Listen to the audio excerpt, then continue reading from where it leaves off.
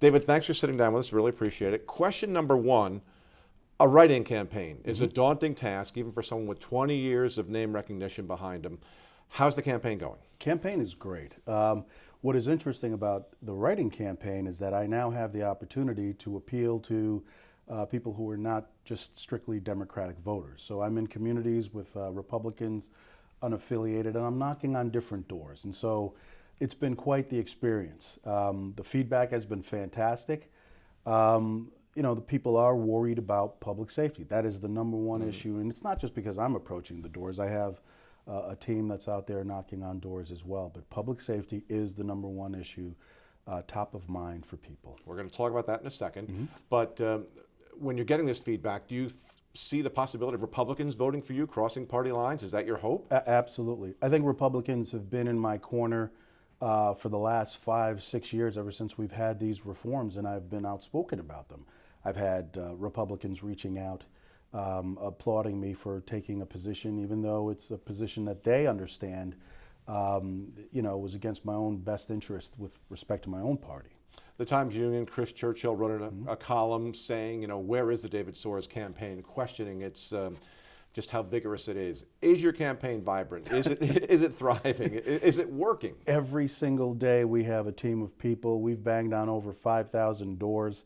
It's not the glitz and glamour of seeing a lot of ads or seeing signs that, by the way, can't really be put up right now. But that's not what a campaign is. A campaign is being able to knock on people's doors and getting them to commit to your vote, to voting for you. So can a grassroots write-in campaign succeed? Do you think you're going to win? I think I'm going to win. I believe I'm going to win because the responses that we've received at the doors are just, I didn't even expect to have this much positivity. It's unique in the sense that I'm knocking on doors so people have the recognition. They know my name, so they know why I'm there. And then it's just a matter of educating the public as to what they have to do. Circle in, fill in the dot, and then at the bottom where it says write in, you just write my name in, and that's the way that you vote for me. It's just teaching people a different way to vote. But I'm getting the positive feedback, and I have all the confidence in the world. Okay. You mentioned it already, so let's bring it up. Crime, criminal justice reform, in not just in this race, but in almost any legislative race this fall. That's a big, big issue. You're on the front lines. Let's talk about bail reform first. You're on the front lines. You've been very vocal about that. Tell me why you think bail reform isn't working and what's got to be done to fix bail reform. Let's talk about crime, in general. Sure. Right? A very small percentage of people, let's say less than 10%, commit more than 90% of crimes. That has been true from since the beginning of time to the present. When you have bail reform and you deprive a judge from discretion in holding a person accountable, those individuals are going to continue doing what they do, which is reoffending. Bail reform didn't just take away discretion from judges. Bail reform also took discretion away from police officers, in the sense that custodial arrests are no longer permissible for a vast majority of crimes. So in 2019, when that restaurant would call the police because there's a person who's urinating in front of their business, that officer could come in and that officer could effectively arrest that person. Now that officer has to take that person, issue an appearance ticket, and that person is back on the street before the officers even had time to finish the paperwork. That is incredibly frustrating for our businesses. It's incredibly frustrating for our communities, and that's not even counting other misdemeanors like assaults and crimes that are actually happening to people. So is there a fix for bail reform? And since you are saying it's broken, is there a fix for it? What do you do? Is it a legislative fix? Is that it? Giving the judges more discretion? It's a legislative fix, giving judges more discretion, permitting officers to in fact make custodial arrests, giving people reprieve, giving businesses reprieve. We have a system right now where you have one person causing $60,000 worth of what the stores will call shrinkage. That's when people steal.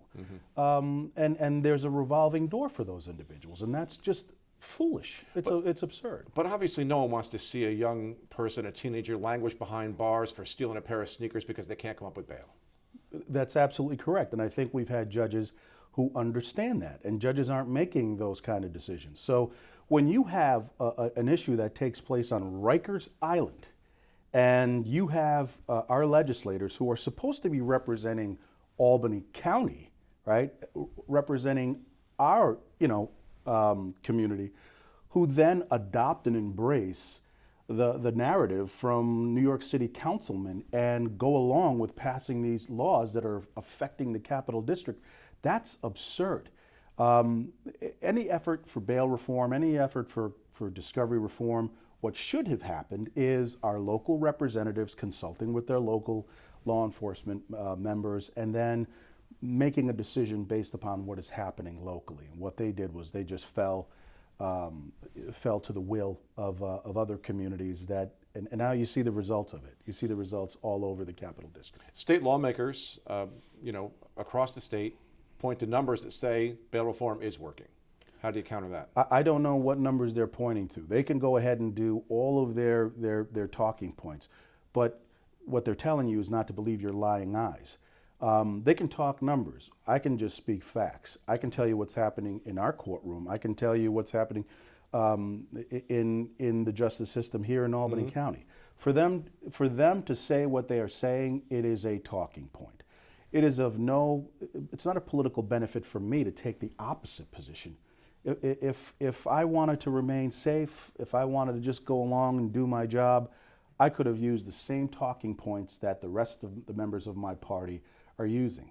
But that would be a disservice, and it would be a violation of my oath as a prosecutor when I promised victims to keep them safe. Well, factually and anecdotally, crime is up in Albany. I think that's safe to say. You took some abuse in our Channel 6 debate, took some blame from the two candidates who are on the ballot for crime being up in Albany. How do you respond to that? Them saying that you're part of the problem. All I heard was two people debating me and not addressing any of the issues that are happening right now in Albany County. I would take more issue with the Democratic candidate. I'd take more issue with him because he's actually in the courtroom. He's a defense attorney, and he brings his criminal defendants to my court, where they are being held accountable, where they are being sent away for committing heinous acts. And so, the other person I don't think has been in a courtroom or has been involved in the criminal justice system in decades. So there's more forgiveness for that person and the comments that are coming out of his mouth. But the problem with crime in the Capital District is that we have laws that permit 16 and 17-year-olds who are apprehended with loaded firearms to walk the streets. We have judges that cannot listen to us as a result of us talking about person's prior criminal history because they're not permitted to take a person's prior criminal history into consideration as they make bail decisions. And they let these people go, who then come out and do the same things over and over and over again. You don't get $300,000 in shrinkage at Price Choppers and Market Baskets in a month from the collective regional stores that we have here. You don't have $300,000 worth of stolen merchandise because you have new people that are committing crimes. You're having the same people commit these crimes. Can you see the argument that you've been in office for 20 years and the crime has been going up? So a change is needed. What can you do? You've been there, but the crime is still there. What can you do if you get reelected to change things? Well, what's happened in New York State, and let's go back before the reforms, okay? Historic lows in crime rates, so low that you couldn't find them on the books, right? So we're talking, 2004 all the way to 2019, historic lows, incredible diversion programs where young people are doing community service as opposed to being incarcerated, right? And all of a sudden, our legislators decide to come and put together all of these reforms that, by the way, affect the criminal justice system at every space, from arrest to the way cases are prosecuted, to how defendants are when they are in county jail, to the HALT Act, which does not permit correction officers from keeping dangerous people isolated, from parole to probation, where now you have individuals who are criminals that shouldn't be out. They're being let out simply because of age. So the legislature, the New York State legislature, has foisted upon us these laws that are doing nothing but contributing to the conditions that you are currently seeing, right? you don't have any effect. There's not a shrinkage in my numbers of convictions. We have one of the highest conviction ratings in the entire state, the Office of the Albany County District Attorney. We still do diversions. It's the conditions that have been created as a result of these laws that are causing the havoc. And you that we keep see in saying the laws community. plural. I assume you're talking about discovery reform, raise the age. I'll lump those together The HALT Act, in one yes. question. How Less are is those all more. impacting you too? Well, the discovery process has made has turned prosecutors into clerks. We spend the first 4 weeks of any case having to find every single body cam, finding every single maintenance report, every single shred of documents to be able to turn over in a timely way, or our cases fail. And so what that's done is it's placed an unbearable burden on the people who are supposed to be conducting investigations, people who are supposed to be speaking to victims of crime and witnesses of crime. It's caused mass offices all throughout the state, people fleeing to other positions within state government that pay more with less work. That's a serious issue. It's also affected the number of people that are attending the schools to become police officers. That's the reason we have shortages there as well. But So playing devil's advocate, it is important for a person to get a fair trial it is absolutely and important see all the evidence against them. Yes, but the question is, does that have to be done in the infancy stages of a case? In other words, the first 35 days of a case?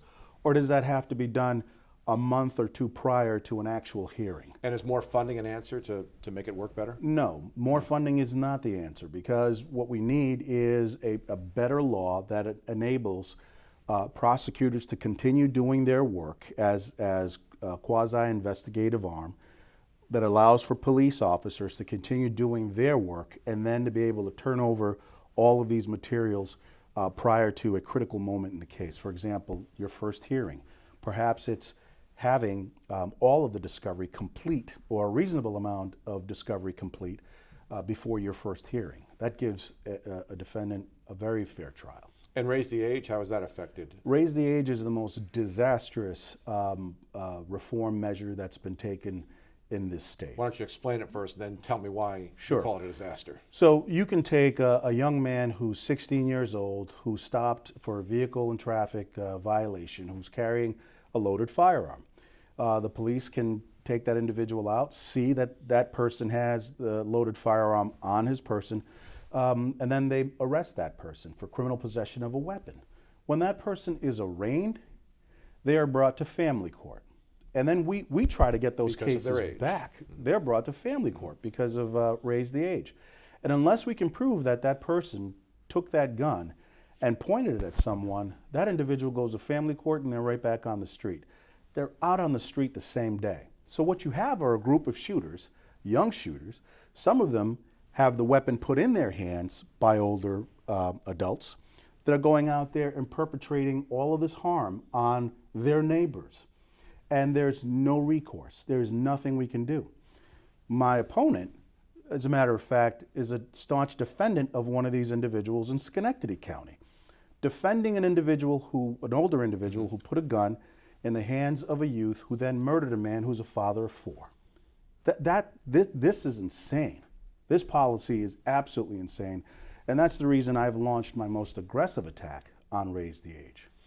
Is there a gang problem in Albany? There is a gang problem in Albany. These are not individuals who have cards that are carrying, they're not biker gangs, but yes, there is a gang problem in Albany. It's a group of individuals from one area of the city who do not like other groups of individuals from another area.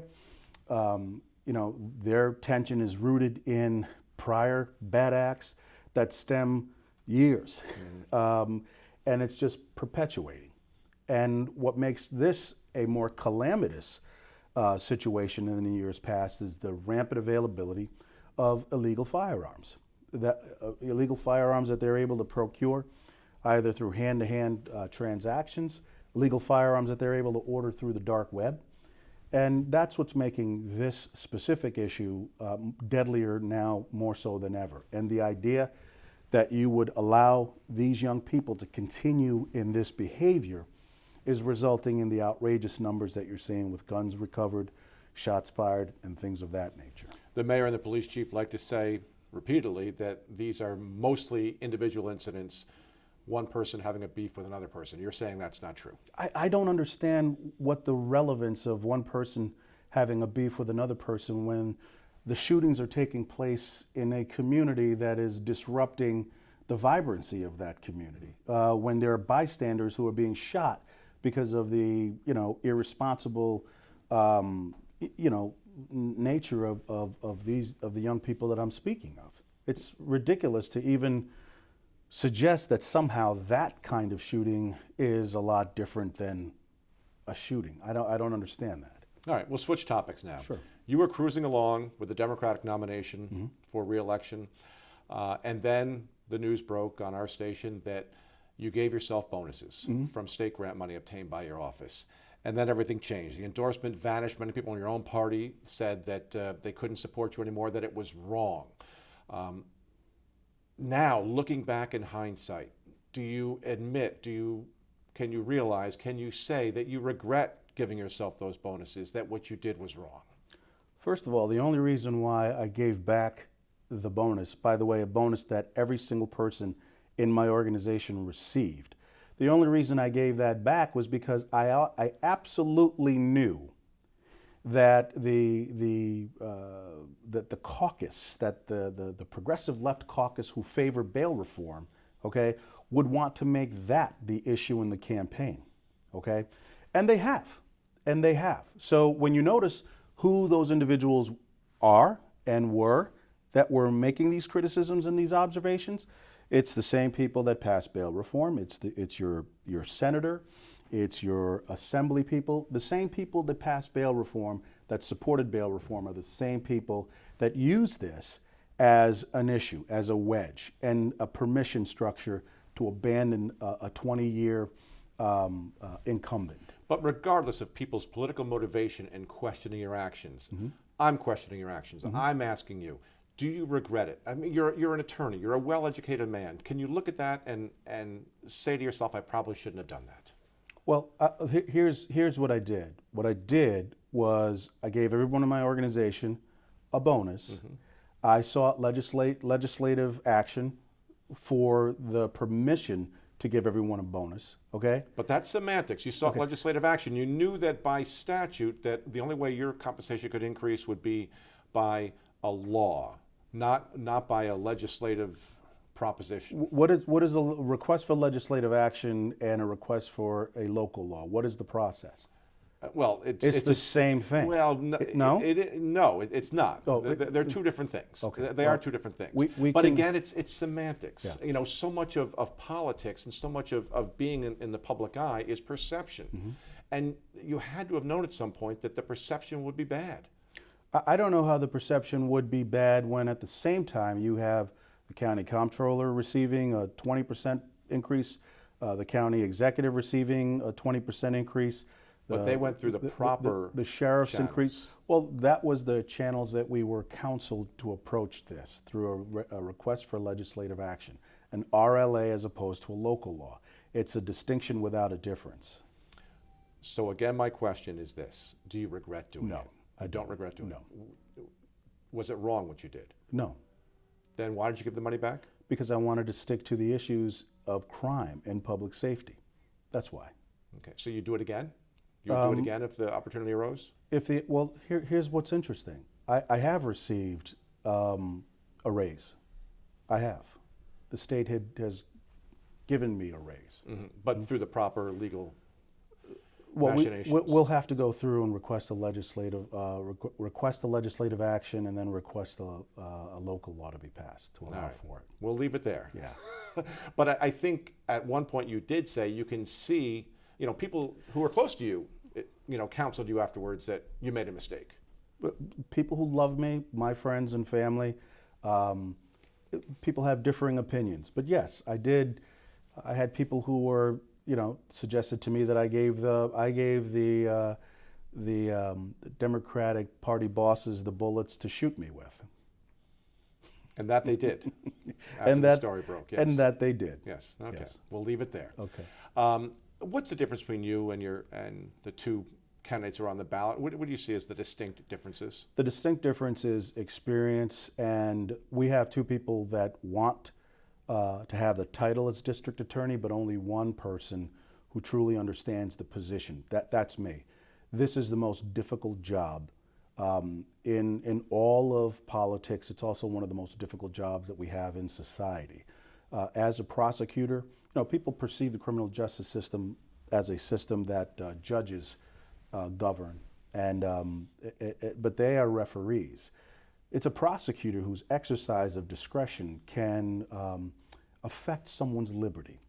This position has to be taken absolutely serious. And so when I'm having a conversation with you, or I'm out on the political trail, I run my campaign like I would run my office. If I'm going to lie or stretch the truth in order to obtain the position, imagine how dangerous that quality would be in keeping that position, where you can play fancy free with the law and rules to win a case. This is the most important position. It requires a fundamental understanding of how your community works. You have a diversity of topography. You have hill towns, you have cities, you have rural communities, you have urban centers, and it's complicated in a county.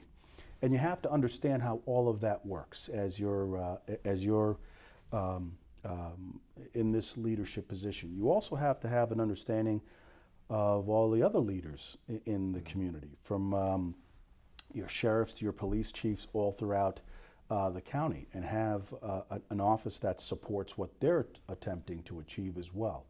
And that's what we're going to continue doing. I've received the support of all of law enforcement because I've been vocal about the issues that are challenging us all in this system for the last 6 years. This is not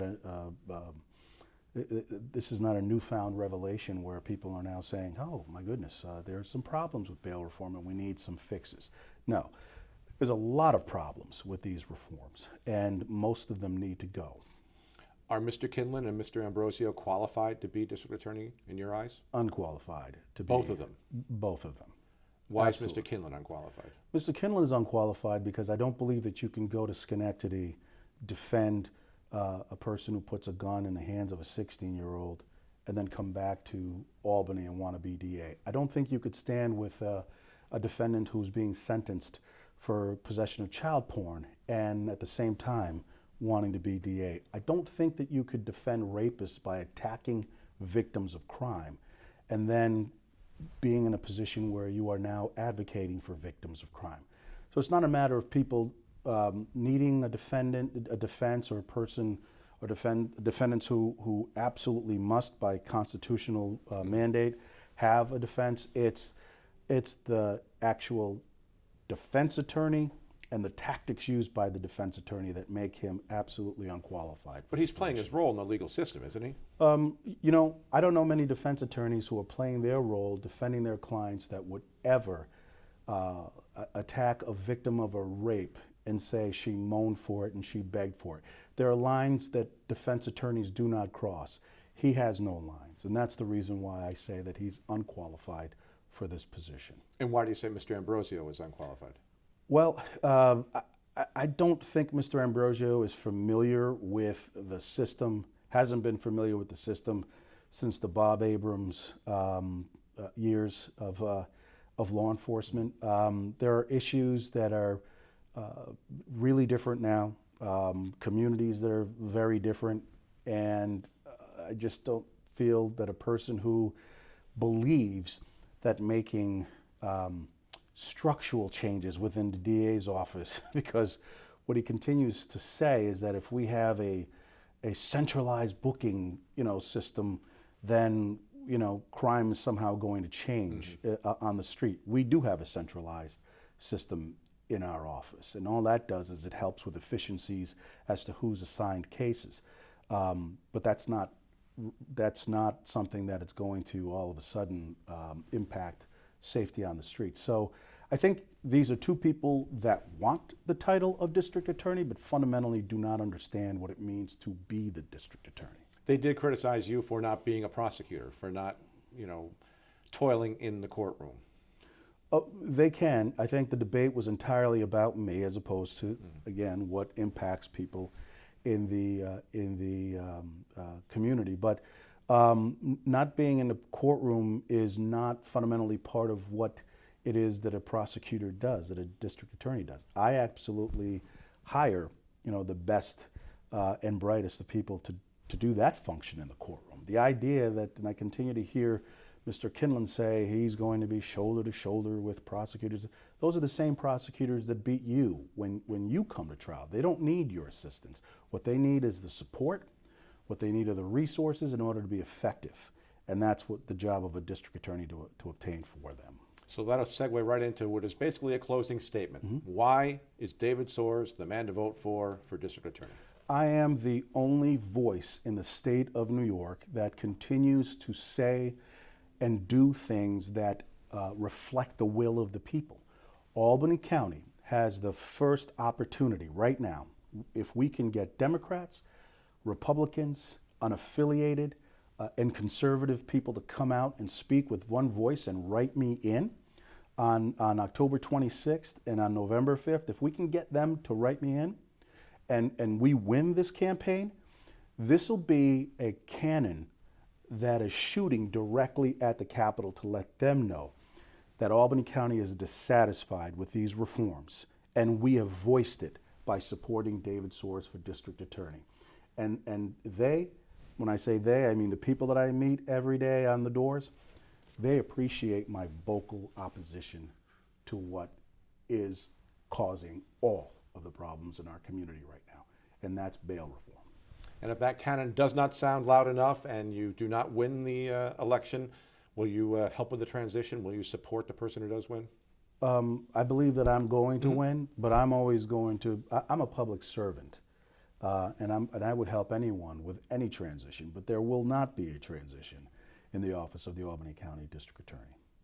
All right, we'll know on November 5th, right? Absolutely. David, thanks for sitting down with us. Really appreciate it. Thank you for this opportunity. Okay, thanks. Yeah.